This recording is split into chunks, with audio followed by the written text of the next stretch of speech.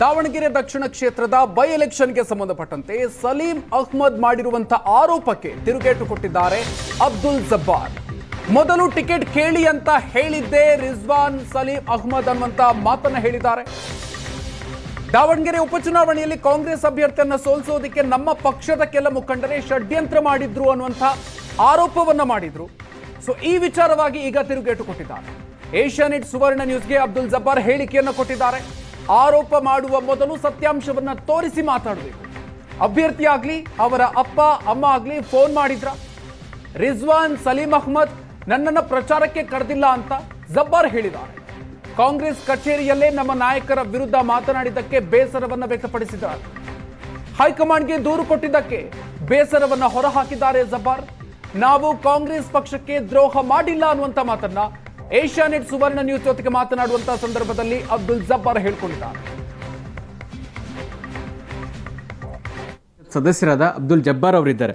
Sir, ನಿನ್ನೆ ಸುದ್ದಿಗೋಷ್ಠಿ ನಡೆಸಿದಂತಹ ಸಲೀಂ ಅಹ್ಮದ್ ಇರ್ಬೋದು, ರಿಜ್ವಾನ್ ಅವರು ಇರ್ಬೋದು, ನಮ್ಮ ಸಮುದಾಯದ ನಾಯಕರೇ ದಾವಣಗೆರೆ ದಕ್ಷಿಣ ಕ್ಷೇತ್ರದಲ್ಲಿ ಕೆಲಸ ಮಾಡಲಿಲ್ಲ, ವಿರುದ್ಧ ಮಾಡಿದ್ದಾರೆ ಅನ್ನುವಂಥ ಮಾತುಗಳನ್ನು ಹೇಳಿದರು. ಈ ಬಗ್ಗೆ ಹೈಕಮಾಂಡ್ ಗಮನಕ್ಕೂ ಕೂಡ ತಂದಿದ್ದೀವಿ ಅನ್ನುವಂಥ ಮಾತನ್ನು ವ್ಯಕ್ತಪಡಿಸಿದ್ದಾರೆ. ತಮ್ಮ ಅಭಿಪ್ರಾಯ ಸರ್, ಈ ನಡವಳಿಕೆ ಅಥವಾ ಈ ಮಾತುಗಳ ಬಗ್ಗೆ ತಮ್ಮ ಅಭಿಪ್ರಾಯವನ್ನ? ತಾವು ಕೂಡ ಟಿಕೆಟ್ ಆಕಾಂಕ್ಷಿ ಆಗಿದ್ರಿ, ತಾವು ಕೂಡ ಕ್ಷೇತ್ರದಲ್ಲಿ ಓಡಾಡಿದ್ದಂಥವ್ರು, ಏನು ಹೇಳ್ತೀರಿ? ಫಸ್ಟ್ ಆಫ್ ಆಲ್, ಕಾಂಗ್ರೆಸ್ ಆಫೀಸನ್ನು ನಮ್ಮ ನಾಯಕರ ವಿರುದ್ಧ ಸ್ಟೇಟ್ಮೆಂಟ್ ಕೊಡೋಕ್ಕೋಸ್ಕರ ಬಳಸಿರೋದು, ಅದು ಫಸ್ಟ್ ಆಫ್ ಆಲ್ ನನಗೆ ಭಾಳ ದುಃಖ ತಂದಿದೆ. ಯಾಕಪ್ಪ ಅಂತ ಹೇಳಿದರೆ, ನೀವು ಯಾವ್ದಾರ ಆರೋಪ ಮಾಡಬೇಕಾದ್ರೆ ಅದರಲ್ಲಿ ಯಾವ್ದಾರ ಒಂದು ಸತ್ಯಾಂಶ ತೋರಿಸಿ ಆರೋಪ ಮಾಡಬೇಕು. ಯಾರ್ದಾರ ಬಗ್ಗೆ ಸುಮ್ಮನೆ ಏನು ಬೇಕಾದ ಮಾತಾಡಿದ್ರೆ ಎಲ್ಲರಿಗೂ ಮಾತಾಡೋಕ್ಕೆ ಬರ್ತಿದೆ ಈ ಕಾಲದಾಗೆ. ನೀವು ನಮಗಿಂತ ಜಾಸ್ತಿ ಬುದ್ಧಿವಂತರು ಇರ್ಬೋದು, ಆದರೂ ಸಹಿತ ನಮಗೂ ಸ್ವಲ್ಪ ದೇವರು ಬುದ್ಧಿ ಕೊಟ್ಟಿದ್ದಾರೆ. ನಾವು ಸ್ವಲ್ಪ ಎಕ್ಸ್ಪೀರಿಯೆನ್ಸ್ ಐತೆ ನಮಗೂ ಪೊಲಿಟಿಕ್ಸ್ನಲ್ಲಿ. ಎರಡನೇ ವಿಚಾರ ಏನಪ್ಪ ಅಂದರೆ, ಟಿಕೆಟ್ ಕೇಳಿದ್ದು ವಿಚಾರ. ಟಿಕೆಟ್ ಕೇಳಿದ್ದು ನನಗೆ 2.5 ವರ್ಷ ಟೈಮ್ ಇದೆ. ನನಗೆ ಫಸ್ಟ್ ಟಿಕೆಟ್ ಕೇಳ್ರಿ ಅಂತ ಹೇಳಿದ್ದೆ ರಿಜ್ವಾನ್ ಅರ್ಷದ್ ಮತ್ತು ಸಲೀಂ ಅಹ್ಮದ್ ಸಾಹೇಬ್ರಲ್ಲ. ನೀವೇ ಬರಾಬರಿ ಇರೋದು, ನೀವೇ ತಗೊಳ್ಬೇಕು, ನೀವೇ ಇದು ಆಗ್ತದೆ ಅಂತ ಹೇಳಿದರು ಇವರೇ. ಇವತ್ತು ಅಳತಿ ಮಾಡ್ತಾ ಇರೋದು ಇವರೇ.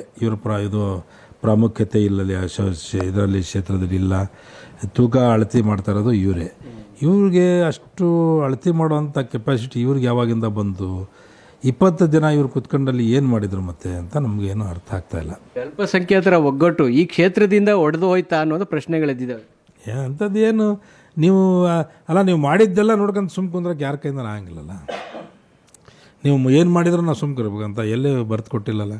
ಹಂಗೇನಾದ್ರು ಇದ್ದರೆ ತಪ್ಪಾಗಿದ್ರೆ ತಪ್ಪು ಅಂತ ಹೇಳಬೇಕು, ಇಲ್ಲ ಏನಾಗಿದೆ ಕೇಳ್ರಿ, ಹೇಳ್ರಿ, ಮಾಡ್ರಿ ಅಂತ ಹೇಳಬೇಕು. ಯಾರು ಮಾತಾಡೋಕ್ಕೆ ತಯಾರಿಲ್ಲ, ಯಾರು ಕೇಳೋಕ್ಕೆ ತಯಾರಿಲ್ಲ ಅಂತ ನಾವೇನು ಹೇಳಕ್ಕೆ ಹೋಗೋಣ?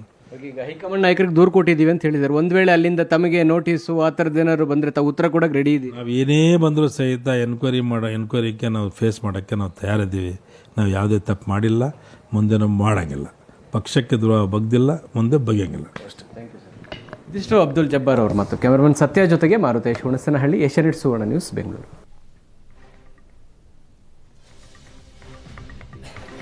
ಇದು ಅಬ್ದುಲ್ ಜಬ್ಬಾರ್ ಅವರು ಮಾಡಿರುವಂತಹ ಪ್ರತಿಕ್ರಿಯೆ.